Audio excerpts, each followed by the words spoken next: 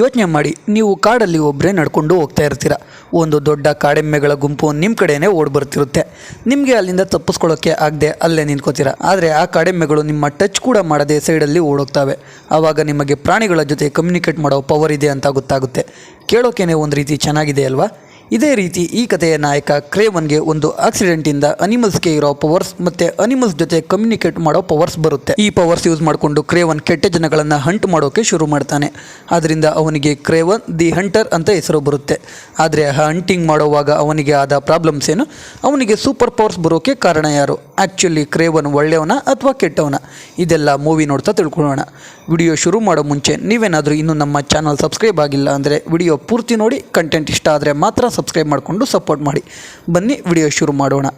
ಮೊದಲನೇ ಸೀನಲ್ಲಿ ನಮಗೆ ರಷ್ಯಾನ ತೋರಿಸ್ತಾರೆ. ಒಂದು ಟ್ರಕ್ ಹಿಮದ ಮಧ್ಯೆ ಇರೋ ರೋಡಲ್ಲಿ ಹೋಗ್ತಿರೋದನ್ನ ನೋಡ್ತೀವಿ. ಆ ಟ್ರಕ್ನ ಪೆಟ್ರೋಲ್ ಬಂಕ್ ಹತ್ರ ನಿಲ್ಲಿಸ್ತಾರೆ. ಅದರಿಂದ ಮೊದಲು ಸೈನಿಕರು ಹೇಳಿದ್ದು ಟ್ರಕ್ ಒಳಗಿದ್ದ ಕೈದಿಗಳಿಗೆ, ನಿಮ್ಮ ಹತ್ರ 5 ನಿಮಿಷ ಇದೆ, ಎಲ್ಲ ಕೆಲಸ ಮುಗಿಸ್ಕೊಳ್ಳಿ ಅಂತ ಹೇಳ್ತಾರೆ. ಎಲ್ಲರೂ ಈಚೆ ಇಳಿದು ಅವ್ರ ಕೆಲಸ ಮುಗಿಸ್ಕೊಂಡು ಮತ್ತೆ ಟ್ರಕ್ ಒಳಗೆ ಹತ್ತುತ್ತಾರೆ. ಆದರೆ ಕೈದಿ ನಂಬರ್ 0864 ಕಾಣಿಸಲ್ಲ. ನೋಡಿದ್ರೆ ಟ್ರಕ್ನ ಇನ್ನೊಂದು ಬದಿಯಲ್ಲಿ ಕೈದಿ ನಂಬರ್ 0864 ನಿಂತಿರ್ತಾನೆ. ಅವನ್ನ ನೋಡಿದ ಸೋಲ್ಜರ್, ನಿನ್ನ ಇಲ್ಲೇ ಬಿಟ್ಟು ಹೋಗ್ತೀವಿ ಅಂದ್ಕೊಂಡ, ನಿನ್ನ ಇಲ್ಲೇ ಬಿಟ್ಟು ಹೋದರೆ 5 ನಿಮಿಷದಲ್ಲಿ ತೋಳಗಳಿಗೆ ಆಹಾರ ಆಗ್ತೀಯ ಅಂತ ಹೇಳ್ತಾರೆ. ಆಮೇಲೆ ಅವನು ಕೂಡ ಅಲ್ಲಿಂದ ಕರ್ಕೊಂಡು ದೊಡ್ಡ ಪ್ರಿಸನ್ಗೆ ಹೋಗ್ತಾರೆ. ಅಲ್ಲಿ ಎಲ್ರಿಗೂ ಹಾಕೊಳ್ಳೋಕೆ ಬಟ್ಟೆ ಮತ್ತು ತಟ್ಟೆ ಕೊಟ್ಟು ಎಲ್ಲರೂ ಬೇರೆ ಬೇರೆ ಸೆಲ್ಗೆ ಹಾಕ್ತಾರೆ. ನಂಬರ್ 0864ನ ಒಂದು ಸೆಲ್ಗೆ ಹಾಕ್ತಾರೆ. ಆ ಸೆಲ್ಲಲ್ಲಿ ಆಲ್ರೆಡಿ ಒಬ್ಬ ಕೈದಿ ಇರ್ತಾನೆ. ಅವನು 0864 ಕೈದಿಗೆ, ನನಗೆ ರೂಮ್ಮೇಟ್ಸ್ ಅಂದರೆ ಆಗಲ್ಲ, ಲಾಸ್ಟ್ ಟೈಮ್ ನನ್ನ ಜೊತೆ ಇದ್ದವನು 1 ತಿಂಗಳಲ್ಲಿ ಓಡೋದ ಅಂತ ಹೇಳ್ತಾನೆ. ಅದಕ್ಕೆ 0864, ನನಗೂ ಅಷ್ಟೇ, ರೂಮ್ಮೇಟ್ಸ್ ಅಂದರೆ ಆಗಲ್ಲ, ನಾನು ಇಲ್ಲಿ 2 ತಿಂಗಳು ಎಲ್ಲ ಇರಲ್ಲ, ಜಾಸ್ತಿ ಅಂದರೆ 3 ದಿನ ಅಷ್ಟೇ ಅಂತಾನೆ. ಆಮೇಲೆ 0864 ಹೊರಗಡೆ ವರ್ಕೌಟ್ ಮಾಡುವಾಗ ಇಬ್ಬರು ಅವನ ಹತ್ರ ಬಂದು ಇದು ಪ್ರೈವೇಟ್ ಪ್ರಾಪರ್ಟಿ ಅಂತ ಅವನಿಗೆ ಹೊಡೆಯೋಕ್ಕೆ ಹೋಗ್ತಾರೆ. ಆದರೆ ಅವನೇ ಇಬ್ಬರಿಗೂ ಹೊಡಿತಾನೆ. ಅದನ್ನ ನೋಡಿ ಪೊಲೀಸರು 0864ನ ಸೆಲ್ಲೊಳಗೆ ಹಾಕೋಕ್ಕೆ ಕರ್ಕೊಂಡು ಹೋಗ್ತಾರೆ. ಅಲ್ಲಿಗೆ ಇನ್ನೊಬ್ಬ ಬಂದು, ಬಾಸ್ ನಿನ್ನ ಕರಿತಿದ್ದಾರೆ ಅಂತ ಹೇಳಿ 0864ನ ಅವನ ಬಾಸ್ ಹತ್ರ ಕರ್ಕೊಂಡು ಹೋಗ್ತಾನೆ. ಆ ಬಾಸ್ ಹೆಸರು ಸೇಮನ್ ಚಾರ್ನಿ ಅಂತ, ದೊಡ್ಡ ಗ್ಯಾಂಗ್ಸ್ಟರ್, ಜೈಲಲ್ಲೇ ಇದ್ಕೊಂಡು ಡೀಲ್ಸ್ ಮಾಡ್ತಾ ಇರ್ತಾನೆ. ಅವನು 0864ನ ನೋಡಿ, ಯಾರು ನೀನು, ನಿನ್ನ ಯಾರು ಇಲ್ಲಿಗೆ ಕಳಿಸಿದ್ದು ಅಂತ ಕೇಳ್ತಾನೆ. ಅದಕ್ಕೆ 0864, ನನ್ನ ಹೆಸರು ಕ್ರೇವನ್, ಎಲ್ಲರೂ ನನ್ನ ಹಂಟರ್ ಅಂತ ಕರೀತಾರೆ, ನಾನು ನಿನ್ನಂಥ ಕೆಟ್ಟ ಜನಗಳನ್ನು ಬೇಟೆಯಾಡ್ತೀನಿ ಅಂತ ಅಲ್ಲೇ ಇದ್ದ ಹುಲಿ ಹಲ್ಲನ್ನು ಕಿತ್ಕೊಂಡು ಅಲ್ಲಿರೋ ಎಲ್ರಿಗೂ ಹೊಡೆದು ಸೇಮನ್ಗೆ ಹುಲಿ ಹಲ್ಲಲ್ಲಿ ಚುಚ್ಚಿ ಅಲ್ಲಿಂದ ಎಸ್ಕೇಪ್ ಆಗ್ತಾನೆ. ಕ್ರೇವನ್ಗೆ ಆಲ್ರೆಡಿ ಸೂಪರ್ ಪವರ್ಸ್ ಇರುತ್ತೆ. ಪ್ರಾಣಿಗಳ ರೀತಿ ಸ್ಪೀಡಾಗಿ ಓಡೋದು, ಅವುಗಳ ರೀತಿ ಜಂಪಿಂಗ್ ಮಾಡೋದು. ಪ್ರಾಣಿಗಳಿಗೆ ಯಾವ್ಯಾವ ಪವರ್ ಇರುತ್ತೋ ಎಲ್ಲ ಪವರ್ಸ್ ಕ್ರೇವನ್ಗೆ ಇರುತ್ತೆ. ಆ ಸೂಪರ್ ಪವರ್ಸ್ ಯೂಸ್ ಮಾಡಿಕೊಂಡು ಕ್ರೇವನ್ ಆ ಪ್ರಿಸನ್ನಿಂದ ಎಸ್ಕೇಪ್ ಆಗಿ ಹಿಮದಲ್ಲಿ ಬರ್ತಿದ್ದ ಗಾಳಿಯ ಒಳಗೆ ಹೋಗ್ತಾನೆ. ಅಲ್ಲಿಗೆ ಒಂದು ತೋಳ ಇವನ ಮೇಲೆ ಅಟ್ಯಾಕ್ ಮಾಡೋಕ್ಕೆ ಬರುತ್ತೆ. ಆವಾಗ ಕ್ರೇವನ್ ಕಣ್ಣು ಬ್ಲೂ ಇಂದ ಆರೆಂಜ್ ಕಲರ್ ಆಗಿ ಅವನು ತೋಳದ ಜೊತೆ ಕಮ್ಯುನಿಕೇಟ್ ಮಾಡ್ತಾನೆ. ತೋಳ ಅವನಿಗೆ ಏನೂ ಮಾಡದೆ ಅಲ್ಲಿಂದ ಹೋಗ್ಬಿಡುತ್ತೆ. ಕ್ರೇವನ್ ಎಸ್ಕೇಪ್ ಆಗೋಕ್ಕೆ ಆಲ್ರೆಡಿ ಅಲ್ಲಿಗೆ ಒಂದು ಪ್ಲೇನ್ ಬಂದಿರುತ್ತೆ. ಕ್ರೇವನ್ ಹೋಗಿ ಆ ಪ್ಲೇನ್ ಹೊತ್ಕೊಂಡು ಅಲ್ಲಿಂದ ಎಸ್ಕೇಪ್ ಆಗ್ತಾನೆ. ಈ ಕಡೆ ಕ್ರೇವನ್ನ ಹಿಡಿಯೋಕೆ ಬಂದ ಸೋಲ್ಜರ್ಸ್ಗೆ ನಿಜವಾದ ಕೈದಿ ನಂಬರ್ 0864 ಹಿಮದಲ್ಲಿ ಸತ್ತು ಬಿದ್ದಿರೋದು ಕಾಣಿಸುತ್ತೆ. ಅದನ್ನ ನೋಡಿ ಸೋಲ್ಜರ್ಸ್ ಎಲ್ಲ ನಮ್ಮ ಜೊತೆ ಇದ್ದ ವ್ಯಕ್ತಿ ಮತ್ತು ಸೇಮನ್ನ ಕೊಲೆ ಮಾಡಿದ್ದು ಯಾರು ಅಂತ ಯೋಚನೆ ಮಾಡೋಕೆ ಶುರು ಮಾಡ್ತಾರೆ. ಇವಾಗ ನಮಗೆ ಕ್ರೇವನ್ನ ಫ್ಲ್ಯಾಶ್ ಬ್ಯಾಕ್ ತೋರಿಸ್ತಾರೆ. ಕತೆ 16 ವರ್ಷಗಳ ಹಿಂದಕ್ಕೆ ಹೋಗುತ್ತೆ. ಆವಾಗ ಕ್ರೇವನ್ ಮತ್ತು ಅವನ ಬ್ರದರ್ ಡಿಮಿಟ್ರಿ ಇಬ್ಬರು ಸ್ಕೂಲಲ್ಲಿ ಓದ್ತಾ ಇರ್ತಾರೆ. ಕ್ರೇವನ್ನ ನಿಜವಾದ ಹೆಸರು ಸಾರ್ಗೆ ಅಂತ. ಒಂದಿನ ಸಾರ್ಗೆ ತಂದೆ ಅವ್ರನ್ನ ಪಿಕಪ್ ಮಾಡೋಕ್ಕೆ ಬರ್ತಾನೆ. ಸಾರ್ಗೆ ತಂದೆ ಒಬ್ಬ ರಿಚ್ ವ್ಯಕ್ತಿ. ಸಾರ್ಗೆ ಮತ್ತು ಡಿಮಿಟ್ರಿಗೆ ಯಾಕೆ ಅವನ ತಂದೆ ಅವ್ರನ್ನ ಕರ್ಕೊಂಡು ಹೋಗೋಕ್ಕೆ ಬಂದಿದ್ದಾರೆ ಅಂತ ಗೊತ್ತಾಗಲ್ಲ. ಸಾರ್ಗೆ ಮತ್ತು ಡಿಮಿಟ್ರಿ ಇಬ್ಬರು ಹೋಗಿ ಕಾರೊಳಗೆ ಕೂತ್ಕೊಂಡು ಅವ್ರ ತಂದೆನ ಏನು ವಿಷಯ ಅಂತ ಕೇಳ್ತಾರೆ. ಅದಕ್ಕೆ ಅವ್ರ ತಂದೆ ನಿಕೋಲೈ, ನಿಮ್ಮ ತಾಯಿ ಸೂಸೈಡ್ ಮಾಡ್ಕೊಂಡಿದ್ದಾಳೆ ಅಂತ ಹೇಳ್ತಾನೆ. ಅದನ್ನ ಕೇಳಿ ಬೇಜಾರಾದ ಡಿಮಿಟ್ರಿ ಮತ್ತು ಸಾರ್ಗೆ, ನೀವು ಅವಳನ್ನ ನಮ್ಮಿಂದ ದೂರ ಕಳಿಸಿದ್ಕೆ ಅವಳು ಸತ್ತಿದ್ದು ಅಂತ ಹೇಳ್ತಾರೆ. ಅದಕ್ಕೆ ನಿಕೋಲೈ, ಅವಳು ವೀಕ್ ಆಗಿದ್ಲು, ಅವಳ ಮೈಂಡು ಸಿಕ್ಕಾಗಿತ್ತು, ಅದಕ್ಕೆ ಸೂಸೈಡ್ ಮಾಡ್ಕೊಂಡ್ಲು ಅಂತ ಹೇಳ್ತಾನೆ. ಅದಕ್ಕೆ ಸಾರ್ಗೆ, ಆಗಿದ್ರೆ ನಾವು ಇವಾಗ ನಮ್ಮ ತಾಯಿ ಫ್ಯುನರಲ್ಗೆ ಹೋಗ್ತಿದ್ದೀವ ಅಂತ ಕೇಳ್ತಾನೆ. ಅದಕ್ಕೆ ನಿಕೋಲೈ, ಸೂಸೈಡ್ ಮಾಡ್ಕೊಂಡವರಿಗೆ ಫ್ಯುನರಲ್ ಮಾಡಿ ಹಾನರ್ ಮಾಡೋ ಅವಶ್ಯಕತೆ ಇಲ್ಲ, ನಾವು ಇವಾಗ ಝಾರ್ ಅನ್ನೋ ಲಯನ್ ಬೇಟೆ ಆಡೋಕ್ಕೆ ಹೋಗ್ತಿದ್ದೀವಿ ಅಂತ ಹೇಳ್ತಾನೆ. ಈ ಕಡೆ ನಮಗೆ ಕೆಲಿಪ್ಸೋ ಅನ್ನೋ ಒಂದು ಹುಡುಗಿನ ತೋರಿಸ್ತಾರೆ. ಅವಳು ಅವಳ ಅಜ್ಜಿಯ ಭವಿಷ್ಯ ಹೇಳೋ ಕಾರ್ಡ್ಸ್ ಇಟ್ಕೊಂಡು ಆಟ ಆಡ್ತಾ ಇರ್ತಾಳೆ. ಆವಾಗ ಅವಳ ಅಜ್ಜಿ ಬಂದು, ಆ ಕಾರ್ಡ್ಸ್ ಜೊತೆ ಆಟ ಆಡಬೇಡ, ಅದರಲ್ಲಿ ಭವಿಷ್ಯ ಇದೆ ಅಂತ ಹೇಳಿ ಕೆಲಿಪ್ಸೋಗೆ 3 ಕಾರ್ಡ್ನ ಪಿಕ್ ಮಾಡೋಕ್ಕೆ ಹೇಳ್ತಾಳೆ. 3ನೇ ಕಾರ್ಡಲ್ಲಿ ಒಂದು ಮಹಿಳೆ ಮತ್ತು ಸಿಂಹದ ಫೋಟೋ ಇರುತ್ತೆ. ಅದನ್ನ ನೋಡಿದ ಕೆಲಿಪ್ಸೋ ಅಜ್ಜಿ ಕೆಲಿಪ್ಸೋಗೆ ಭವಿಷ್ಯದಲ್ಲಿ ಒಂದು ಆಕ್ಸಿಡೆಂಟ್ ಆಗುತ್ತೆ ಅಂತ ಹೇಳಿ ಅವರ ಪುರಾತನ ಕಾಲದಿಂದ ಕಾಪಾಡಿಕೊಂಡು ಬಂದಿದ್ದ ಒಂದು ಪೋಷನ್ನ ಕೆಲಿಪ್ಸೋಗೆ ಕೊಡ್ತಾಳೆ. ಅದನ್ನ ಕೆಲಿಪ್ಸೋಗೆ ಕೊಟ್ಟು, ಈ ಪೋಷನ್ನ ಸಾಯೋ ವ್ಯಕ್ತಿ ಕುಡಿದ್ರೆ ಅವರು ಕನಸಲ್ಲೂ ಊಹೆ ಮಾಡಿಕೊಳ್ಳಲಾಗದ ಶಕ್ತಿ ಬರುತ್ತೆ, ಇದನ್ನ ಇವಾಗ ನಿನಗೆ ಕೊಡೋ ಸಮಯ ಬಂದಿದೆ. ಇದನ್ನ ನೀನು ಯಾವಾಗ ಬಳಸಬೇಕು ಅಂತ ಕಾಲನೇ ನಿರ್ಧಾರ ಮಾಡುತ್ತೆ ಅಂತ ಹೇಳ್ತಾಳೆ. ಈ ಕಡೆ ನಿಕೋಲೈ ಅವನ ಟೀಮ್ ಜೊತೆ ಡಿಮಿಟ್ರಿ ಮತ್ತು ಸಾರ್ಗೆನ ಕರ್ಕೊಂಡು ಬೇಟೆ ಆಡೋಕೆ ಬರ್ತಾನೆ.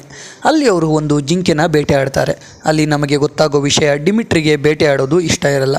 ಅದರಿಂದ ನಿಕೋಲೈಗೆ ಡಿಮಿಟ್ರಿ ಇಷ್ಟ ಇರಲ್ಲ. ಸಾರ್ಗೆಗೆ ಸ್ವಲ್ಪ ಜಾಸ್ತಿ ಧೈರ್ಯ ಇರುತ್ತೆ. ಅದಕ್ಕೆ ನಿಕೋಲೈ ಸಾರ್ಗೆಗೆ ರೆಸ್ಪೆಕ್ಟ್ ಕೊಡ್ತಾ ಅವನಿಗೆ ಮಾತ್ರ ಬೇಟೆ ಆಡೋದನ್ನ ಹೇಳ್ಕೊಡ್ತಾ ಇರ್ತಾನೆ. ಇವ್ರು ಬಂದಿರೋದು ಝಾರ್ ಅನ್ನೋ ಲಯನ್ನ ಬೇಟೆ ಆಡೋಕೆ. ಯಾಕಂದರೆ ಝಾರ್ ಸುಮಾರು 2000ರಿಂದ 3000 ಜನರನ್ನು ಸಾಯಿಸಿ ಲೆಜೆಂಡ್ ಆಗಿರುತ್ತೆ. ಅದಕ್ಕೆ ನಿಕೋಲೈ ಆ ಲೆಜೆಂಡ್ ಆಗಿರೋ ಝಾರ್ ಸಿಂಹನ ಸಾಯಿಸಿ ಅವನು ಲೆಜೆಂಡ್ ಆಗಬೇಕು ಅಂತ ಬಂದಿರ್ತಾನೆ. ಆದರೆ ರಾತ್ರಿ ಆದರೂ ಆ ಸಿಂಹ ಸಿಗಲ್ಲ. ನೆಕ್ಸ್ಟ್ ಡೇ ಬೇಟೆ ಆಡೋಕೆ ಹೋಗುವಾಗ ನಿಕೋಲೈ ಜೊತೆ ಬಂದಿದ್ದ ಅಲೆಕ್ಸಿ ಅನ್ನೋ ವ್ಯಕ್ತಿ ನಿಕೋಲೈ ಹತ್ರ ಹೋಗಿ ನಾವಿಬ್ಬರು ಪಾರ್ಟ್ನರ್ ಆಗೋಣ ಅಂತ ಕೇಳ್ತಾನೆ. ಆದರೆ ನಿಕೋಲೈ ಅಲೆಕ್ಸಿಗೆ ನೀನು ವೀಕ್ ಆಗಿದ್ಯಾ, ವೀಕ್ ಆಗಿರೋ ಜನಗಳ ಜೊತೆ ನಾನು ಬಿಸ್ನೆಸ್ ಮಾಡಲ್ಲ ಅಂತ ಅವಮಾನ ಮಾಡ್ತಾನೆ. ಹಿಂದೆ ಸಾರ್ಗೆ ಮತ್ತು ಡಿಮಿಟ್ರಿ ಮಾತಾಡ್ತಾ ಬರ್ತಾ ಇರ್ತಾರೆ. ಆವಾಗ ಸಾರ್ಗೆ ನನಗೆ ಈ ಗನ್ ಹಿಡ್ಕೊಂಡು ಬೇಟೆ ಆಡೋದು ಇಷ್ಟ ಇಲ್ಲ. ದೇವರು ನಮಗೆ ಅಂತ ಏನು ಕೊಟ್ಟಿದ್ದಾನೋ ಅವುಗಳನ್ನ ಯೂಸ್ ಮಾಡಿಕೊಂಡು ಬೇಟೆ ಆಡೋದು ಮಾತ್ರ ನ್ಯಾಯಯುತವಾದ ಬೇಟೆ ಅಂತ ಹೇಳ್ತಾ ಇರ್ತಾನೆ. ಆವಾಗ ಅವನ ಮುಂದೆ ಇವರು ಬೇಟೆ ಆಡೋಕ್ಕೆ ಬಂದಿದ್ದ ಝಾರ್ ಲಯನ್ ಬರುತ್ತೆ. ಅದನ್ನ ನೋಡಿ ಡಿಮಿಟ್ರಿ ಸಾರ್ಗೆ ಹಿಂದೆ ಬಚ್ಚಿಡ್ಕೋತಾನೆ. ಸಾರ್ಗೆ ಗನ್ನ ಝಾರ್ ಕಡೆ ತಿರುಗಿಸಿ ನಿಂತ್ಕೋತಾನೆ. ಆದರೆ ಆ ಸಿಂಹ ಸಾರ್ಗೆ ಮೇಲೆ ಅಟ್ಯಾಕ್ ಮಾಡಲ್ಲ. ಸಾರ್ಗೆ ಕೂಡ ಆ ಸಿಂಹದ ಮೇಲೆ ಅಟ್ಯಾಕ್ ಮಾಡಲ್ಲ. ಆದರೆ ನಿಕೋಲೈ ಸುಮ್ಮನೆ ಇರದೆ ದೂರದಿಂದ ಸಿಂಹಕ್ಕೆ ಶೂಟ್ ಮಾಡಿಬಿಡ್ತಾನೆ. ಕೋಪಗೊಂಡ ಸಿಂಹ ಸಾರ್ಗೆ ಮೇಲೆ ಅಟ್ಯಾಕ್ ಮಾಡಿ ಅವನ್ನ ಬಾಯಲ್ಲಿ ಕಚ್ಕೊಂಡು ಎತ್ಕೊಂಡು ಓಡೋಗುತ್ತೆ. ನಿಕೋಲೈ ಎಷ್ಟೇ ಶೂಟ್ ಮಾಡಿದರೂ ಸಿಂಹ ಸಾರ್ಗೆನ ಎತ್ಕೊಂಡು ಹೋಗೇ ಬಿಡುತ್ತೆ. ಈ ಕಡೆ ಕೆಲಿಪ್ಸ ಅವಳ ತಂದೆ ತಾಯಿ ಜೊತೆ ಕಾಡೆಲ್ಲ ಸುತ್ತಾಡ್ತಾ ಇರಬೇಕಾದ್ರೆ ಅವಳಿಗೆ ಏನೋ ಆಗುತ್ತೆ. ಅವಳ ತಂದೆ ತಾಯಿನ ಬಿಟ್ಟು ಕಾಡೊಳಗೆ ಹೋಗ್ಬಿಡ್ತಾಳೆ. ನೋಡಿದ್ರೆ ಸಿಂಹ ಸಾಯೋ ಸ್ಥಿತಿಯಲ್ಲಿರುವ ಸಾರ್ಗೆನ ಬಾಯಲ್ಲಿ ಕೊಚ್ಕೊಂಡು ಬರ್ತಾ ಇರುತ್ತೆ. ಕೆಲಿಪ್ಸನ ನೋಡಿ ಸಿಂಹ ಸಾರ್ಗೆನ ಅಲ್ಲೇ ಬಿಟ್ಟು ಹೋಗ್ಬಿಡುತ್ತೆ. ಕೆಲಿಪ್ಸ ಸಾರ್ಗೆ ಹತ್ರ ಬಂದು ಒಂಚೂರು ಯೋಚನೆ ಮಾಡದೆ ಅವಳ ಹತ್ರ ಇದ್ದ ಪೋಷನ್ನ ಸಾರ್ಗೆಗೆ ಕುಡಿಸ್ತಾಳೆ. ಸಾರ್ಗೆ ಬಾಡಿ ಜೊತೆ ಸಿಂಹದ ರಕ್ತ ಮಿಕ್ಸ್ ಆಗುತ್ತೆ. ಅಷ್ಟರಲ್ಲಿ ಅಲ್ಲಿಗೆ ಸಾರ್ಗೆನ ರೆಸ್ಕ್ಯೂ ಮಾಡೋಕ್ಕೆ ನಿಕೋಲೈ ಹೆಲಿಕಾಪ್ಟರ್ ಕಳಿಸ್ತಾನೆ. ಸಾರ್ಗೆನ ಹೆಲಿಕಾಪ್ಟರಲ್ಲಿ ಹಾಕೊಂಡು ಹೋಗುವಾಗ ಕೆಲಿಪ್ಸ ಸಾರ್ಗೆ ಮೇಲೆ ಅವಳ ಹತ್ರ ಇದ್ದ ಸಿಂಹದ ಕಾರ್ಡ್ನ ಹಾಕ್ತಾಳೆ. ಆಮೇಲೆ ಸಾರ್ಗೆನ ಹಾಸ್ಪಿಟಲೈಸ್ ಮಾಡ್ತಾರೆ. ಅನ್ಫಾರ್ಚುನೇಟ್ಲಿ ಸಾರ್ಗೆ ಟ್ರೀಟ್ಮೆಂಟ್ ವರ್ಕ್ ಆಗದೆ ಸತ್ತೋಗ್ತಾನೆ. ಆದರೆ ಮಿರಾಕಲ್ ಅನ್ನೋ ಹಾಗೆ 3 ನಿಮಿಷದ ನಂತರ ಸಾರ್ಗೆಗೆ ಮತ್ತೆ ಜೀವ ಬರುತ್ತೆ. ಅದೆಲ್ಲ ಆಗಿರೋದು ಕೆಲಿಪ್ಸ ಕೊಟ್ಟ ಪೋಷನಿಂದ. ಸಾರ್ಗೆಗೆ ಪ್ರಜ್ಞೆ ಬಂದಾಗ ಡಾಕ್ಟರ್ನ ಏನಾಯಿತು ಅಂತ ಕೇಳ್ತಾನೆ. ಅದಕ್ಕೆ ಡಾಕ್ಟರ್ ಏನಾಯಿತು ಅಂತ ನನಗೂ ಗೊತ್ತಿಲ್ಲ, ಬಟ್ ನೀನು ಮೆಡಿಕಲಿ 3 ಮಿನಿಟ್ಸ್ ಸತ್ತೋಗಿದ್ದೆ, ಮಿರಾಕಲ್ ಅನ್ನೋ ಹಾಗೆ ಮತ್ತೆ ಬದುಕ್ತೆ ಅಂತ ಹೇಳ್ತಾಳೆ. ಅಷ್ಟರಲ್ಲಿ ಅಲ್ಲಿಗೆ ನಿಕೋಲೈ ಬಂದು ಸಾರ್ಗೆನ ಡಿಸ್ಚಾರ್ಜ್ ಮಾಡೋಕೆ ಹೇಳ್ತಾನೆ.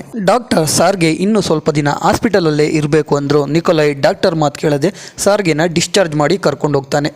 ನಿಕೋಲೈ ಡ್ರಗ್ಸ್ ದಂಧೆ ಮಾಡ್ತಾ ಇರ್ತಾನೆ. ಅದರಿಂದ ಅಣ್ತಮ್ಮ ಫುಲ್ಲು ರಿಚ್ ಆಗಿರ್ತಾನೆ. ಸಾರ್ಗೆ ಮನೆಗೆ ಹೋದ್ಮೇಲೆ ಅಲ್ಲಿ ಅವನ ತಾಯಿ ಅವನಿಗೋಸ್ಕರ ಬರೆದಿದ್ದ ಲೆಟರ್ ನೋಡಿ ಭಾವುಕ ಆಗ್ತಾನೆ. ಅಷ್ಟರಲ್ಲಿ ನಿಕೋಲೈ ಸಾರ್ಗೆನ ಕೆಳಗೆ ಹಾಲ್ಗೆ ಬರೋಕೆ ಹೇಳ್ತಾನೆ. ಡಿಮಿಟ್ರಿ ಸ್ಟೇರ್ಸ್ ಹತ್ರ ಕೂತಿರ್ತಾನೆ.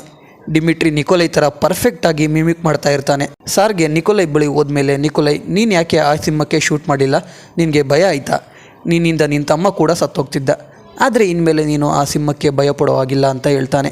ಯಾಕಂದರೆ ನಿಕೋಲೈ ಆ ಸಿಂಹನ ಬೇಟೆ ಆಡಿ ಅದರ ತಲೆನ ಅವನ ರೂಮಲ್ಲಿ ನೇತಾಕಿರ್ತಾನೆ. ಇದನ್ನ ನೋಡಿ ಸಾರ್ಗೆಗೆ ಒಂಥರ ಆಗಿ ಅವನ ತಂದೆಗೆ ನೀವು ಮಾಡ್ತಿರೋದು ತಪ್ಪು, ಇನ್ಮೇಲೆ ನಾನು ನಿಮ್ಮ ಜೊತೆ ಇರಲ್ಲ ಅಂತ ಹೇಳಿ ಅವನ ರೂಮ್ಗೆ ಹೋಗಿ ಅವನಿಗೆ ಬೇಕಿರೋ ವಸ್ತುಗಳನ್ನೆಲ್ಲ ಒಂದು ಬ್ಯಾಗ್ಗೆ ಹಾಕ್ಕೊಂಡು ಅಲ್ಲಿಂದ ಯಾರಿಗೂ ಗೊತ್ತಾಗದ ಹಾಗೆ ಮನೆ ಮೇಲೆ ಹತ್ತಿ ಎಸ್ಕೇಪ್ ಆಗ್ತಾ ಇರ್ತಾನೆ. ಆವಾಗ ಮನೆ ಹಂಚು ಹೊಡೆದು ಕೆಳಗೆ ಬೀಳ್ತಾನೆ. ಆದರೆ ಸಾರ್ಗೆಗೆ ಏನೂ ಆಗಲ್ಲ. ಆವಾಗ ಸಾರ್ಗೆಗೆ ಹಾಸ್ಪಿಟಲಿಂದ ಬಂದಾಗಿನಿಂದ ಅವನ ಬಾಡಿಲಿ ಏನೋ ಆಗ್ತಿದೆ ಅಂತ ಗೊತ್ತಾಗುತ್ತೆ. ಮನೆಯಿಂದ ಎಸ್ಕೇಪ್ ಆಗಬೇಕಾದ್ರೆ ಅಡ್ಡ ಡಿಮಿಟ್ರಿ ಬಂದು ಎಲ್ಲೋಗ್ತಿದೆಯಾ ಅಂತ ಕೇಳ್ತಾನೆ. ಅದಕ್ಕೆ ಸಾರ್ಗೆ ಅಮ್ಮ ಇದ್ದ ಜಾಗಕ್ಕೆ ಹೋಗ್ತಿದ್ದೀನಿ, ಅಲ್ಲಿ ಮಾತ್ರ ನನಗೆ ನೆಮ್ಮದಿ ಸಿಗೋಕ್ಕೆ ಸಾಧ್ಯ, ನನಗೆ ಗೊತ್ತು ನಿನಗೆ ಅಪ್ಪನ ಜೊತೆ ಇರೋಕ್ಕೆ ಇಷ್ಟ ಇಲ್ಲ ಅಂತ, ಆದರೆ ಬೇಜಾರಾಗಬೇಡ, ನಾನು ನಿನ್ನ ನೋಡೋಕೆ ಅವಾಗವಾಗ ಬರ್ತಾ ಇರ್ತೀನಿ ಅಂತ ಹೇಳಿ ಅಲ್ಲಿಂದ ಹೋಗ್ತಾನೆ. ಮನೆಯಿಂದ ಹೊರಟ ಸಾರ್ಗೆ ಶಿಪ್ ಯೂಸ್ ಮಾಡಿಕೊಂಡು ರಷ್ಯಾಗೆ ಬರ್ತಾನೆ. ಅಲ್ಲಿ ಕಾಡಿನ ದಾರಿಯಲ್ಲಿ ಹೋಗುವಾಗ ಏನೋ ಶಬ್ದ ಆಗುತ್ತೆ. ನೋಡಿದ್ರೆ ಕಾಡೆಮ್ಮೆಗಳ ಗುಂಪು ಇವನ ಕಡೆನೇ ಓಡಿ ಬರ್ತಾ ಇರ್ತವೆ. ಸಾರ್ಗೆ ಅವನ ಪಕ್ಕ ಸತ್ತ ಅಂತ ಅಲ್ಲೇ ನಿಂತ್ಕೊಂಡು ಬಿಡ್ತಾನೆ. ಆದರೆ ಸಾರ್ಗೆಗೆ ಒಂದು ಕಾಡೆಮ್ಮೆ ಕೂಡ ಡಿಕ್ಕಿ ಹೊಡೆಯದ ಹಾಗೆ ಅಲ್ಲಿಂದ ಹೋಗ್ತಿರ್ತವೆ. ನೋಡಿದ್ರೆ ಸಾರ್ಗೆ ಮುಂದೆ ಸಾರ್ಗೆನ ಪ್ರೊಟೆಕ್ಟ್ ಮಾಡ್ತಾ ಒಂದು ಕಾಡೆಮ್ಮೆ ನಿಂತಿರುತ್ತೆ. ಎಲ್ಲ ಕಾಡೆಮ್ಮೆ ಹೋದ್ಮೇಲೆ ಸಾರ್ಗೆ ಮುಂದೆ ನಿಂತಿದ್ದ ಕಾಡೆಮ್ಮೆ ಕೂಡ ಹೋಗುತ್ತೆ. ಇದರಿಂದ ಸಾರ್ಗೆಗೆ ಅವನ ಹತ್ರ ಸೂಪರ್ ಪವರ್ಸ್ ಇದೆ ಅಂತ ಗೊತ್ತಾಗುತ್ತೆ. ಅಲ್ಲಿಂದ ಸಾರ್ಗೆ ಅವನಮ್ಮ ಇರ್ತಿದ್ದ ಜಾಗಕ್ಕೆ ಹೋಗ್ತಾನೆ. ಅಲ್ಲಿ ಅವನಿಗೆ ಅವನಮ್ಮ ಆಡ್ತಿದ್ದ ಜೋಗುಳ ಕೇಳಿಸೋಕೆ ಶುರು ಆಗುತ್ತೆ. ಅದಕ್ಕೆ ಅವನು ಅಲ್ಲಿಂದ ಸ್ವಲ್ಪ ದೂರ ಬಂದು ಕೂತಿರ್ತಾನೆ. ಆವಾಗ ಅವನಿಗೆ ಒಂದು ಜಿಂಕೆ ಕಾಣಿಸಿ ಅದನ್ನ ಬೇಟೆ ಆಡೋಕೆ ಹೋಗ್ತಾನೆ. ಜಿಂಕೆ ಥರನೇ ಸಾರ್ಗೆ ಕೂಡ ಜಿಂಕೆ ಹಿಂದೆನೇ ಸ್ಪೀಡಾಗಿ ಓಡ್ತಾ ಒಂದು ದೊಡ್ಡ ಹಳ್ಳ ಕೂಡ ಜಂಪ್ ಮಾಡ್ತಾನೆ. ಇದರಿಂದ ಅವನಿಗೆ ಪ್ರಾಣಿಗಳ ರೀತಿ ಸೂಪರ್ ಪವರ್ ಬಂದಿದೆ ಅಂತ ಕನ್ಫರ್ಮ್ ಆಗುತ್ತೆ. ಅದೇ ಟೈಮ್ಗೆ ಅವನಿಗೆ ಕಾಡೆಮ್ಮೆಗಳ ಶಬ್ದ ಕೇಳಿಸುತ್ತೆ. ಅದಕ್ಕೆ ಮರ ಹತ್ತಿ ಅವನ ಹದ್ದಿನ ಕಣ್ಣಿನಿಂದ ಏನು ಶಬ್ದ ಅಂತ ಚೆಕ್ ಮಾಡಿದ್ರೆ ಕೆಲವು ಬೇಟೆಗಾರರು ಕಾಡೆಮ್ಮೆಗಳನ್ನ ಕೊಂದು ಅವುಗಳ ಕೊಂಬನ್ನು ಎತ್ಕೊಂಡು ಹೋಗ್ತಾ ಇರ್ತಾರೆ. ಸಾರ್ಗೆ ಆ ಟ್ರಕ್ ನಂಬರ್ ನೋಡ್ಕೋತಾನೆ. ಆಮೇಲೆ ಅವನು ಆ ಕಾಡೆಮ್ಮೆ ಬಿದ್ದಿದ್ದ ಜಾಗಕ್ಕೆ ಬೇಜಾರಲ್ಲಿ ಹೋಗ್ತಾನೆ. ಅಲ್ಲಿ ಒಂದು ಚಾಕು ಬಿದ್ದಿರುತ್ತೆ, ಅದನ್ನ ಸಾರ್ಗೆ ಎತ್ಕೋತಾನೆ. ಅಷ್ಟರಲ್ಲಿ ಅಲ್ಲಿಗೆ ಇಬ್ಬರು ವ್ಯಕ್ತಿಗಳು ಬಂದು ಅಲ್ಲಿಂದ ಹೋಗೋಕೆ ಸಾರ್ಗೆಗೆ ಹೇಳ್ತಾರೆ. ಮೊದಲೇ ಬೇಜಾರಲ್ಲಿ ಇದ್ದ ಸಾರ್ಗೆ ಅವರಿಬ್ಬರೂ ಸಾಯಿಸೇ ಬಿಡ್ತಾನೆ. ಇಲ್ಲಿಂದ ಸಾರ್ಗೆ ಕ್ರೇವನ್ ಆಗಿ ಬದಲಾಗ್ತಾನೆ. ಕಾಡಲ್ಲಿ ಯಾರೇ ಪ್ರಾಣಿಗಳನ್ನು ಬೇಟೆಯಾಡೋಕ್ಕೂ ಬಂದರೂ ಅವ್ರನ್ನೆಲ್ಲ ಕ್ರೇವನ್ ಬೇಟೆ ಆಡ್ತಾ ಇರ್ತಾನೆ. ಇದು ಕ್ರೇವನ್ನ ಫ್ಲ್ಯಾಶ್ ಬ್ಯಾಕ್. ಕ್ರೇವನ್ ಪ್ಲೇನಲ್ಲಿ ವಾಪಸ್ ರಷ್ಯಾಗೆ ಹೋಗ್ತಾನೆ. ಅವನಿಗೆ ಒಂದು ವಾಯ್ಸ್ ಮೇಲ್ ಬಂದಿರುತ್ತೆ, ಅದು ಅವನ ತಮ್ಮ ಡಿಮಿಟ್ರಿಯಿಂದ. ಆದರೆ ಡಿಮಿಟ್ರಿ ಮೊದಲು ನಿಕೋಲೈ ಥರ ಮಾತಾಡಿ ಆಮೇಲೆ ಕ್ರೇವನ್ಗೆ ನನ್ನ ಬರ್ತ್ಡೇಗೆ ಬಾ ಅಂತ ಹೇಳ್ತಾನೆ. ಅಲ್ಲಿಂದ ಕ್ರೇವನ್ ಅವನು ಇರೋಕೆ ರೆಡಿ ಮಾಡ್ಕೊಂಡಿದ್ದ ಜಾಗಕ್ಕೆ ಬಂದು ಮಲಿಕೋತಾನೆ. ಈ ಕಡೆ ಕೆಲವರು ಆನೆಗಳನ್ನು ಕೊಂದು ದಂತ ಕತ್ಕೊಂಡು ಹೋಗ್ತಾ ಇರ್ತಾರೆ. ಆವಾಗ ಕ್ರೇವನ್ ಅವರಿಗೆ ಅಡ್ಡ ಬರ್ತಾನೆ. ಒಂದು ಟ್ರಕ್ಕಲ್ಲಿ ಇಬ್ಬರು ಮತ್ತು ಇನ್ನೊಂದು ಜೀಪಲ್ಲಿ ಇಬ್ಬರು ಹೋಗ್ತಿರ್ತಾರೆ. ಕ್ರೇವನ್ ಹೋಗಿ ಟ್ರಕ್ಕಲ್ಲಿ ಇರೋ ಇಬ್ಬರನ್ನ ಕೊಲ್ತಾನೆ. ಆದರೆ ಜೀಪಲ್ಲಿದ್ದ ಇಬ್ಬರು ಎಸ್ಕೇಪ್ ಆಗ್ತಾರೆ. ಅವರೆಲ್ಲ ಬೇರೊಬ್ಬ ವ್ಯಕ್ತಿಗೆ ಕೆಲಸ ಮಾಡ್ತಾ ಇರ್ತಾರೆ. ಜೀಪಲ್ಲಿ ಎಸ್ಕೇಪ್ ಹಾಕಿದ್ದ ವ್ಯಕ್ತಿ ಅವನ ಬಾಸ್ ಹತ್ರ ಹೋಗಿ ನಾವು ದಂತ ತರಬೇಕಾದ್ರೆ ಯಾರೋ ಒಬ್ಬ ಬಂದು ಎಲ್ಲ ಹಾಳು ಮಾಡ್ದ ಅಂತ ಹೇಳ್ತಿರ್ತಾನೆ. ನೋಡಿದ್ರೆ ಆಲ್ರೆಡಿ ಕ್ರೇವನ್ ಬಾಸ್ನ ಸಾಯಿಸಿ ಬಾಸ್ ಪ್ಲೇಸಲ್ಲಿ ಕೂತಿರ್ತಾನೆ. ಕ್ರೇವನ್ ಒಂದು ಲಿಸ್ಟ್ ರೆಡಿ ಮಾಡ್ಕೊಂಡಿರ್ತಾನೆ. ಅದರಲ್ಲಿ ಇರೋರೆಲ್ಲರೂ ಡ್ರಗ್ಸ್ ದಂಧೆ, ಕಾಡೆಮ್ಮೆ ಕೊಂಬನ್ನು ಕದಿಯೋದು, ಆನೆ ದಂತ ಕದಿಯೋದು, ಒಟ್ಟಿನಲ್ಲಿ ಕೆಟ್ಟ ಕೆಲಸ ಮಾಡೋರು. ಸೊ ಆ ಲಿಸ್ಟ್ ಇಟ್ಕೊಂಡು ಕ್ರೇವನ್ ಎಲ್ಲರನ್ನೂ ಕೊಲೆ ಮಾಡ್ತಾ ಇರ್ತಾನೆ. ಅದರಲ್ಲಿ ಇವಾಗ ಜೀಪಲ್ಲಿ ತಪ್ಪಿಸ್ಕೊಂಡು ಬಂದಿದ್ದ ವ್ಯಕ್ತಿ ಹೆಸರು ಕೂಡ ಇರುತ್ತೆ. ಕ್ರೇವನ್ ಅವನು ಕೂಡ ಸಾಯಿಸಿ ಅಲ್ಲಿಂದ ಹೋಗ್ತಾನೆ. ಈ ಕಡೆ ನಮಗೆ ಕೆಲಿಪ್ಸೋನ ತೋರಿಸ್ತಾರೆ.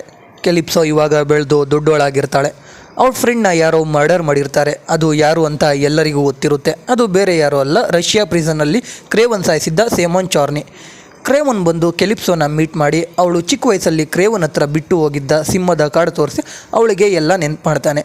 ಆಮೇಲೆ ಕ್ರೇವನ್ ಕೆಲಿಪ್ಸೋ ಫ್ರೆಂಡ್ನ ಸಾಯಿಸಿದ್ದ ಸೇಮನ್ ಚಾರ್ನಿನ ಸಾಯಿಸಿರೋದಾಗಿ ಹೇಳ್ತಾನೆ. ಆದರೆ ಕೆಲಿಪ್ಸೋ ಅದನ್ನ ನಂಬಲ್ಲ. ಬಟ್ ಮನೆಗೆ ಹೋಗಿ ನ್ಯೂಸ್ ಚೆಕ್ ಮಾಡಿದಾಗ ಯಾರೋ ಹಂಟರ್ ಸೇಮನ್ನು ಕೊಲೆ ಮಾಡಿದ್ದಾನೆ ಅಂತ ಗೊತ್ತಾಗಿ ಕೆಲಿಪ್ಸೋ ವಾಪಸ್ ಕ್ರೇವನ್ನ ಮೀಟ್ ಮಾಡ್ತಾಳೆ. ಕೆಲಿಪ್ಸೋ ಇವಾಗ ಒಂದು ದೊಡ್ಡ ಫರ್ಮಲ್ಲಿ ಲಾಯರ್ ಆಗಿರ್ತಾಳೆ. ಅದಕ್ಕೆ ಕ್ರೇವನ್ ನಾನು ನೀನು ಪಾರ್ಟ್ನರ್ ಆಗೋಣ, ನೀನು ಕೆಟ್ಟವರ ಲಿಸ್ಟ್ನ ನನಗೆ ಕೊಡು, ನಿನ್ನ ಕೈಲಿ ಆಗದೆ ಇರೋ ಕೆಲಸ ನಾನು ಮಾಡ್ತೀನಿ ಅಂತ ಹೇಳ್ತಾನೆ. ಆದರೆ ಕೆಲಿಪ್ಸೋ ನಾನು ಒಬ್ಳು ಲಾಯರ್, ನಾನು ಯಾವಾಗಲೂ ಅಂಡರ್ ಲಾನೇ ವರ್ಕ್ ಮಾಡೋದು ಅಂತ ಹೇಳ್ತಾಳೆ. ನೆಕ್ಸ್ಟ್ ಸೀನಲ್ಲಿ ನಮಗೆ ಅಲೆಕ್ಸಿನ ತೋರಿಸ್ತಾರೆ. ಅದೇ ನಿಕೋಲೈ ಸಿಂಹ ಬೇಟೆ ಆಡೋಕ್ಕೆ ಹೋದಾಗ ನಿಕೋಲೈ ಜೊತೆ ಪಾರ್ಟ್ನರ್ ಆಗಬೇಕು ಅಂತ ಕೇಳಿದಾಗ ನಿಕೋಲೈ ಅವಮಾನ ಮಾಡಿರ್ತಾನಲ್ಲ, ಅದೇ ಅಲೆಕ್ಸಿ. ಇವಾಗ ಅಲೆಕ್ಸಿ ಸ್ವಲ್ಪ ಬಲ್ಕ್ ಆಗಿರ್ತಾನೆ, ಒಂದು ನಾಯಿ ಸಾಕೊಂಡಿರ್ತಾನೆ. ಜೊತೆಗೆ ಅವನ ಬೆನ್ನಿಗೆ ಯಾವಾಗಲೂ ಒಂದು ಬ್ಯಾಗ್ನೇ ತಾಕೊಂಡು ಆ ಬ್ಯಾಗಿಂದ ಅವನ ಬಾಡಿಗೆ ಕನೆಕ್ಷನ್ ಕೊಡ್ಕೊಂಡಿರ್ತಾನೆ. ಅದು ಯಾಕೆ ಅಂತ ಮುಂದೆ ಗೊತ್ತಾಗುತ್ತೆ. ಅಲೆಕ್ಸಿ ಹತ್ರ ಅವನು ರೈಟ್ ಹ್ಯಾಂಡ್ ಬರ್ಟ್ ಅನ್ನೋನು ಬಂದು ಕ್ರೇವನ್ ಹತ್ರ ಒಂದು ಲಿಸ್ಟ್ ಇದೆ ಅಂತೆ. ಒಂದು ಸಲ ಆ ಲಿಸ್ಟಲ್ಲಿ ಹೆಸರು ಬಂದರೆ ಅವರು ಪಕ್ಕ ಸಾಯ್ತಾರೆ, ನಿನ್ನ ಹೆಸರು ಪಕ್ಕ ಅದರಲ್ಲಿ ಇರುತ್ತೆ ಅಂತ ಹೇಳ್ತಾನೆ. ಆವಾಗ ಅಲೆಕ್ಸಿ ಅದ್ರ ಬಗ್ಗೆ ಆಮೇಲೆ ನೋಡ್ಕೊಳ್ಳೋಣ, ಈ ಸೇಮೋನ್ ಚಾರ್ನಿ ಇವಾಗ ಸತ್ತೋಗಿದ್ದಾನಲ್ಲ, ಅವ್ನ ಕೈ ಕೆಳಗೆ ವರ್ಕ್ ಮಾಡ್ತಿದ್ದವರನ್ನು ಕರೆಸು, ಅವನ ಕೆಲಸ ಎಲ್ಲ ನಾವು ಟೇಕ್ ಓವರ್ ಮಾಡೋಣ ಅಂತ ಹೇಳಿ ಸೇಮೋನ್ ಕಡೆ ಇದ್ದ 3 ಜನನ ಮೀಟ್ ಮಾಡ್ತಾರೆ. ಅಲೆಕ್ಸಿ ಅವರಲ್ಲಿ ಯಾರು ನನ್ನ ಜೊತೆ ವರ್ಕ್ ಮಾಡ್ತೀರಾ ಅಂತ ಕೇಳ್ತಾನೆ.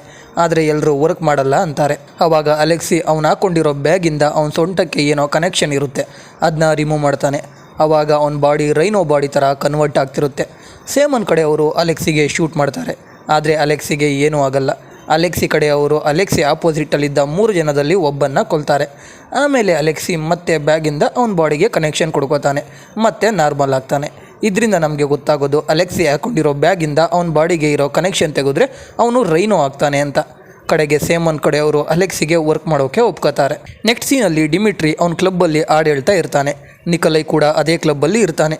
ಡಿಮಿಟ್ರಿ ಯಾವ ರೀತಿ ಬೇಕಾದರೂ ವಾಯ್ಸ್ನ ಮಿಮಿಕ್ ಮಾಡೋ ಟ್ಯಾಲೆಂಟ್ ಇರುತ್ತೆ. ಇಲ್ಲಿ ನಿಕೋಲೈ ಮೇಲೆ ಅಲೆಕ್ಸಿ ಕಡೆ ಹುಡುಗರು ಅಟ್ಯಾಕ್ ಮಾಡ್ತಾರೆ. ನಿಕೋಲೈ ಅಲೆಕ್ಸಿ ಕಡೆ ಅವ್ರನ್ನೆಲ್ಲ ಸಾಯಿಸ್ತಾನೆ. ಆದರೆ ಡಿಮಿಟ್ರಿ ನಿಕೋಲೈಗೆ ಹೆಲ್ಪ್ ಮಾಡದೆ ಪಿಯಾನೋ ಕೆಳಗೆ ಬಚ್ಚಿಟ್ಕೊಂಡಿರ್ತಾನೆ. ಅದನ್ನ ನೋಡಿ ನಿಕೋಲೈ ಎಂಥ ಹೇಡಿಗೆ ಜನ್ಮ ಕೊಟ್ಟೆ ಅಂತ ಬೇಜಾರು ಮಾಡ್ಕೋತಾನೆ. ನಿಕೋಲೈ ಮೇಲೆ ಮಾಡಿದ್ದ ಅಟ್ಯಾಕ್ ಫೇಲ್ ಆಯಿತು ಅಂತ ಅಲೆಕ್ಸಿಗೆ ಗೊತ್ತಾಗುತ್ತೆ. ಆವಾಗ ಅಲೆಕ್ಸಿಗೆ ಅನ್ನೋನ್ ಸೋರ್ಸಿಂದ ಕ್ರೇವನ್ ರಷ್ಯಾ ಪ್ರಿಸನಿಂದ ಎಸ್ಕೇಪ್ ಆಗ್ತಿರೋ CCTV ಫುಟೇಜ್ ಸಿಗುತ್ತೆ. ಆ ವಿಡಿಯೋ ಅಲ್ಲಿ ನಿಕೋಲೈ ಮಗ ಸಾರ್ಗೆನೇ ಕ್ರೇವನ್ ದಿ ಹಂಟರ್ ಅಂತ ಡೀಟೇಲ್ಸ್ ಎಲ್ಲ ಇರುತ್ತೆ. ಅದಕ್ಕೆ ಅಲೆಕ್ಸಿ ಕ್ರೇವನ್ನ ಹಿಡಿಯೋಕೆ ಅವನೇ ಹೋಗದೆ ತುಂಬ ದಿನದಿಂದ ಹಂಟರ್ನ ಹುಡುಕ್ತಿರೋ ಫಾರಿನರ್ ಅನ್ನೋ ಸೂಪರ್ ಪವರ್ ಇರೋ ವ್ಯಕ್ತಿನ ಕಳಿಸ್ತಾನೆ. ಫಾರಿನರ್ ಮೊದಲು ರಷ್ಯಾದ ಪ್ರಿಸನ್ಗೆ ಹೋಗ್ತಾನೆ. ಅಲ್ಲಿ ಫಾರಿನರ್ ಇನ್ವೆಸ್ಟಿಗೇಷನ್ ಮಾಡುವಾಗ ಪೊಲೀಸರು ಫಾರಿನರ್ನ ನೋಡಿ ಶೂಟ್ ಮಾಡೋಕ್ಕೆ ಬರ್ತಾರೆ. ಫಾರಿನರ್ ಅವನು ಹಾಕೊಂಡಿದ್ದ ಗ್ಲಾಸ್ ತೆಗೆದು 1 2 3 ಅಂತ ಕೌಂಟ್ ಮಾಡ್ತಾನೆ. ಆಮೇಲೆ ಅವನ ಬಾಡಿ ವೈಬ್ರೇಟ್ ಆಗ್ತಾ ಸೂಪರ್ ಸ್ಪೀಡಲ್ಲಿ ಮೂವ್ ಆಗುತ್ತೆ. ಫಾರಿನರ್ ಆ ಪೊಲೀಸ್ ಕೈಯಿಂದ ಗನ್ ಕಿತ್ಕೊಂಡು ಅವನಿಗೆ ಶೂಟ್ ಮಾಡಿಬಿಡ್ತಾನೆ. ಈ ಕಡೆ ಕ್ರೇವನ್ ಡಿಮಿಟ್ರಿ ಬರ್ತ್ಡೇ ದಿನ ಅವನ್ನ ಮೀಟ್ ಮಾಡೋಕ್ಕೆ ಡಿಮಿಟ್ರಿ ಇದ್ದ ಪೆಂಟ್ ಹೌಸ್ಗೆ ಬರ್ತಾನೆ. ಡಿಮಿಟ್ರಿ ಕ್ರೇವನ್ಗೆ ಸೂಟ್ ಹಾಕಿಸಿ ಅವನ್ನ ಕ್ಲಬ್ಗೆ ಕರ್ಕೊಂಡು ಹೋಗಿ ಡ್ರಿಂಕ್ಸ್ ಮಾಡ್ತಾ ಎಂಜಾಯ್ ಮಾಡ್ತಾ ಇರ್ತಾರೆ.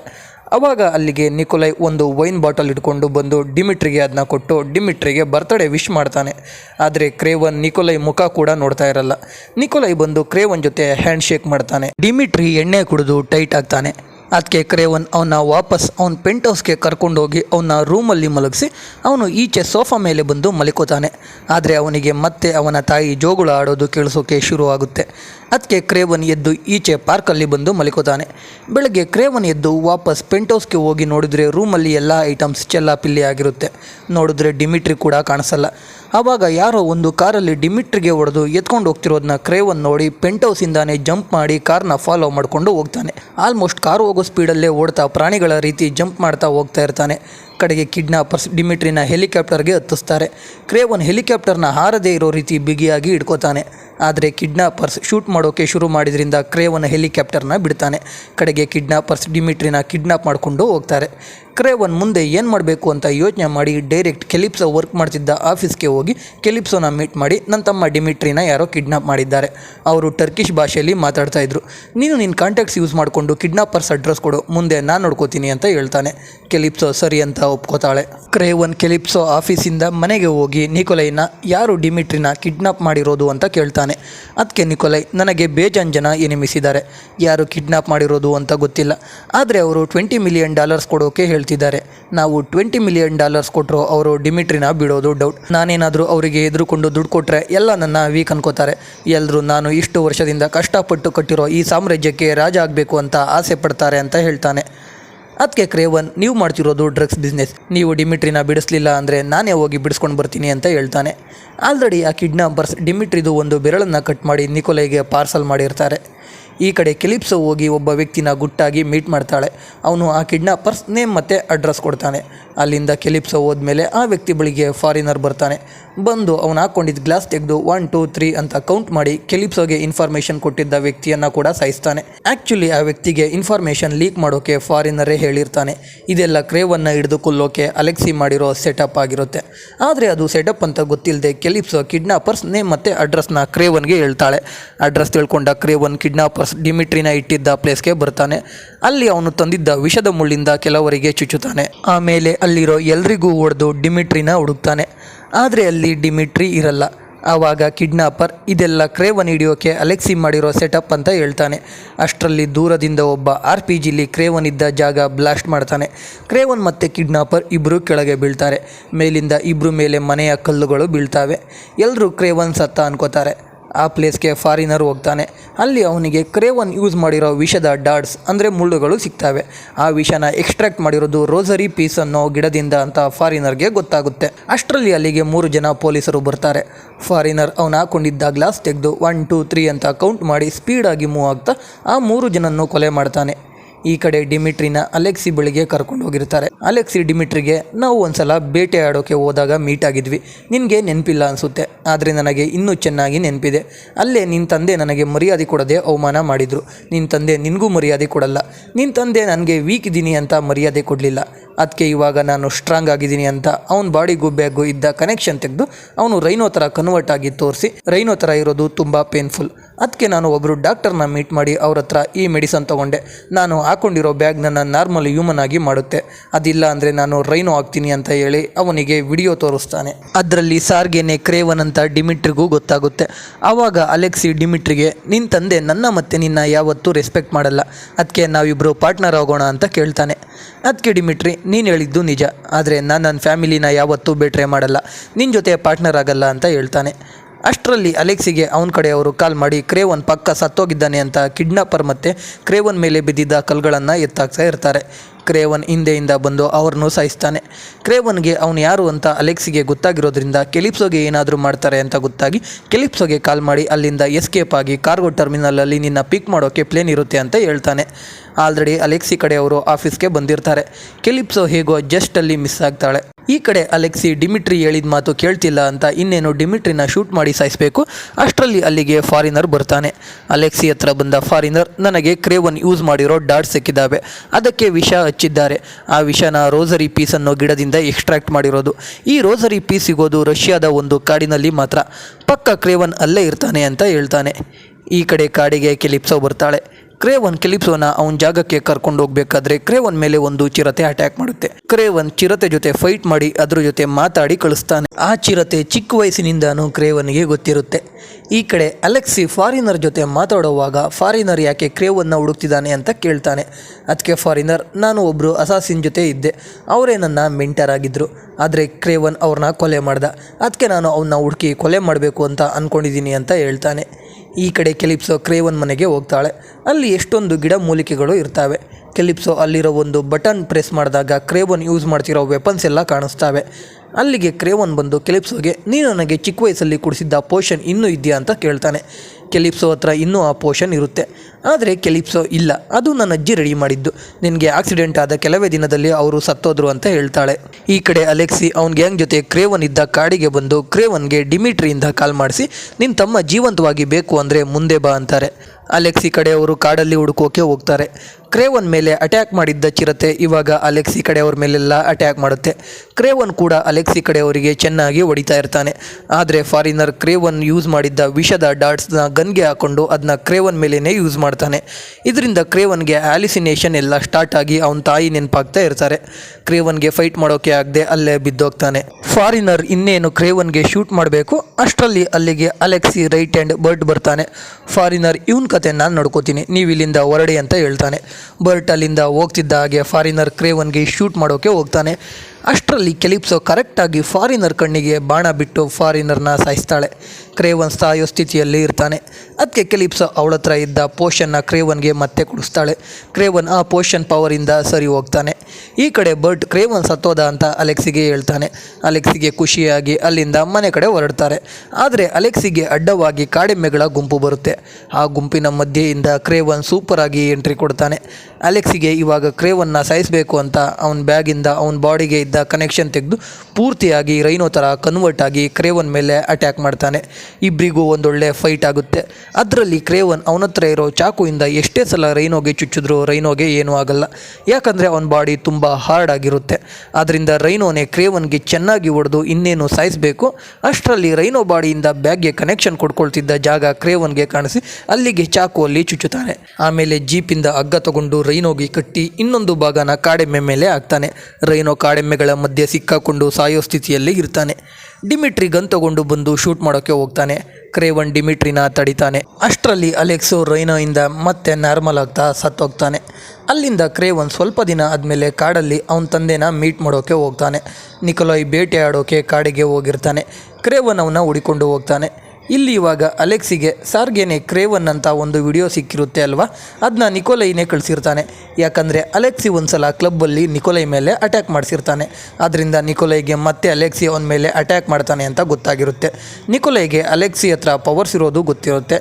ಅದಕ್ಕೆ ಅಲೆಕ್ಸಿನ ಸಾಯಿಸೋದು ಈಸಿ ಅಲ್ಲ ಅಂತ ಗೊತ್ತಾಗಿ ಅಲೆಕ್ಸಿಗೆ ಸಾರ್ಗೇನೆ ಕ್ರೇವನ್ ಅನ್ನೋ ವಿಡಿಯೋನ ಕಳಿಸಿ ಅಲೆಕ್ಸಿ ಫೋಕಸ್ನ ನಿಕೊಲೈ ಅವನ ಮೇಲಿಂದ ಕ್ರೇವನ್ ಮೇಲೆ ಹೋಗೋ ಹಾಗೆ ಮಾಡ್ತಾನೆ. ಇದೆಲ್ಲ ಇವಾಗ ಕ್ರೇವನ್ಗೆ ಗೊತ್ತಾಗಿ ಬಂದು ನಿಕೊಲೈನ ಮಾತಾಡಿಸ್ಕೊಂಡು ಹೋಗ್ತಾನೆ. ಅಷ್ಟೇ, ಒಂದು ಕರಡಿ ಬಂದು ನಿಕೊಲೈ ಮೇಲೆ ಅಟ್ಯಾಕ್ ಮಾಡಿ ಸಾಯಿಸಿಬಿಡುತ್ತೆ. 1 ವರ್ಷ ಆದಮೇಲೆ ಕ್ರೇವನ್ ಡಿಮಿಟ್ರಿ ಬರ್ತ್ಡೇಗೆ ಮತ್ತೆ ಹೋಗಿ ಡಿಮಿಟ್ರಿನ ಮೀಟ್ ಆಗ್ತಾನೆ. ಅಲ್ಲಿ ಇವಾಗ ಡಿಮಿಟ್ರಿ ಅವನ ತಂದೆ ನಿಕೊಲೈ ಮಾಡ್ತಿದ್ದ ಡ್ರಗ್ಸ್ ಬಿಸ್ನೆಸ್ನ ಕಂಟಿನ್ಯೂ ಮಾಡ್ತಾ ಇದ್ದಾನೆ ಅಂತ ಕ್ರೇವನ್ಗೆ ಗೊತ್ತಾಗುತ್ತೆ. ಮತ್ತು ಡಿಮಿಟ್ರಿಗೂ ಸೂಪರ್ ಪವರ್ ಇರೋದು ಗೊತ್ತಾಗುತ್ತೆ. ಇಷ್ಟು ದಿನ ಡಿಮಿಟ್ರಿ ಅವನಿಗೆ ಸೂಪರ್ ಪವರ್ ಇದೆ ಅಂತ ಯಾರಿಗೂ ಹೇಳಿರಲ್ಲ. ಇವಾಗ ಕ್ರೇವನ್ಗೆ ಗೊತ್ತಾಗುತ್ತೆ. ಡಿಮಿಟ್ರಿ ಯಾವ ರೀತಿ ಬೇಕಾದರೂ ಮಿಮಿಕ್ರಿ ಮಾಡ್ತಾನೆ ಅಂತ ನಮಗೂ ಗೊತ್ತು. ಅದು ಅವನಿಗೆ ಇರೋ ಸೂಪರ್ ಪವರ್. ಜಸ್ಟ್ ಮಿಮಿಕ್ರಿ ಅಷ್ಟೇ ಅಲ್ಲ, ಡಿಮಿಟ್ರಿ ಯಾವ ರೀತಿ ಬೇಕಾದರೂ ಶೇಪ್ ಶಿಫ್ಟ್ ಆಗ್ಬೋದು. ಅದಕ್ಕೆ ಡಿಮಿಟ್ರಿ ಅವನಿಗೆ ಇಟ್ಕೊಂಡಿರೋ ಹೆಸರು ಕೆಮಿಲಿಯನ್, ಅಂದರೆ ಊಸರವಳ್ಳಿ ಅಂತ. ಕಡೆಗೆ ಕ್ರೇವನ್ ನಿಕೊಲೈ ಅವನಿಗೆ ಮನೆಯಲ್ಲಿ ಏನೋ ಗಿಫ್ಟ್ ಇಟ್ಟಿದ್ದಾನೆ ಅಂತ ಗೊತ್ತಾಗಿ ಮನೆಗೆ ಹೋಗಿ ಚೆಕ್ ಮಾಡಿದಾಗ ಅಲ್ಲಿ ನಿಕೊಲೈ ಕ್ರೇವನ್ಗೆ ಒಂದು ಜಾಕೆಟ್ ಬಿಟ್ಟು ಹೋಗಿರ್ತಾನೆ. ಅದನ್ನ ಕ್ರೇವನ್ ಹಾಕೊಂಡು ಅಲ್ಲೇ ಚೇರ್ ಮೇಲೆ ಕೂತ್ಕೋತಾನೆ. ಇಲ್ಲಿಗೆ ಮೂವಿ ಮುಗಿಯುತ್ತೆ. ಈ ಮೂವಿ ಸೋನಿ ಸ್ಪೈಡರ್ ಮ್ಯಾನ್ ಯೂನಿವರ್ಸ್ನ ಕೊನೆ ಮೂವಿ. ಇದರಲ್ಲಿ ತೋರಿಸಿರೋ ಹಾಗೆ ಕ್ರೇವನ್ ಒಬ್ಬ ಸೂಪರ್ ಹೀರೋ ಅಲ್ಲ, ಪಕ್ಕಾ ಸೂಪರ್ ವಿಲನ್. ಕ್ರೇವನ್ ಮತ್ತು ಅವನ ತಮ್ಮ ಕೆಮಿಲಿಯನ್ ಇಬ್ಬರು ಕೂಡ ಸ್ಪೈಡರ್ ಮ್ಯಾನ್ಗೆ ವಿಲನ್ಸ್. ಎಕ್ಸ್ಪ್ಲನೇಷನ್ ಕೇಳಿ ನಿಮ್ಗೇನು ಅನ್ನಿಸ್ತು ಅಂತ ಒಮ್ಮೆ ಕಮೆಂಟ್ ಮಾಡಿ. ವಿಡಿಯೋ ಇಷ್ಟ ಆಗಿದ್ದರೆ ಲೈಕ್ ಮಾಡಿ, ಕಂಟೆಂಟ್ ಇಷ್ಟ ಆಗಿದ್ದರೆ ಮಾತ್ರ ಸಬ್ಸ್ಕ್ರೈಬ್ ಮಾಡಿಕೊಂಡು ಸಪೋರ್ಟ್ ಮಾಡಿ. ಮತ್ತು ಇನ್ನೊಂದು ವಿಡಿಯೋ ಜೊತೆ ಸಿಗ್ತೀನಿ. ಜೈ ಕರ್ನಾಟಕ.